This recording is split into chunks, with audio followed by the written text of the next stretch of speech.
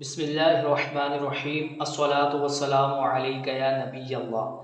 آج انشاءاللہ الرحمن قرآن سیکھے کے اندر ہم شاء کی تعلیم پڑھنے کی سعادت حاصل کریں گے۔ شاء کا معنی ہے اس ایک مرد نے چاہا، اس ایک مرد نے خواہش کی۔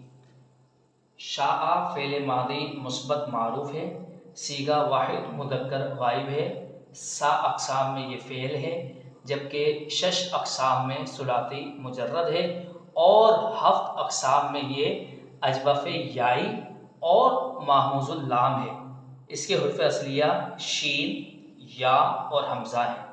یا ہونے کی وجہ سے یہ اجوف یائی کہلایا اور حمزہ ہونے کی وجہ سے محموز اللام کہلایا۔ شاء کی اصل شیع بر وزن فعل تھی، باب فتح یفتح سے۔ شیع یش یا او فتح یفتح،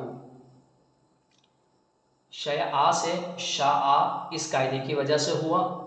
قاعدہ کیا ہے؟ اگر فتحہ کے بعد واو یا پھر یا متحرک ہوں، جیسے یہاں پر فتحہ کے بعد یا متحرک ہے تو ان کو الف سے بدلنا واجب ہے، یعنی واو ہو یا پھر یا ہو، ان دونوں کو الف سے بدلنا واجب ہے۔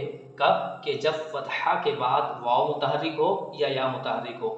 اب یہاں پر فتحہ کے بعد واو متحرک ہے، قاف پر فتحہ ہے اور اس فتحہ کے بعد واو متحرک ہے، تو اس واو کو ہم الف سے تبدیل کر دیں گے، الف سے، تو یہ قوالہ سے قالہ ہو گیا۔ اسی طرح تعدیل شیع کے اندر بھی ہوئی، فتحہ کے بعد یا متحرک ہے تو ہم نے اس یا کو الف سے تبدیل کر دیا، تو یہ شاء ہو گیا۔ اللہ تبارک و تعالیٰ کی پاک بارگاہ میں دعا ہے کہ اپنے محبوب صلی اللہ علیہ وسلم کے صدقے ہماری تمام جائز خواہشات، تمنائیں، آرزوئیں اپنی پاک بارگاہ میں قبول و منظور فرمائے۔ وما علینا الا البلاغ المبین۔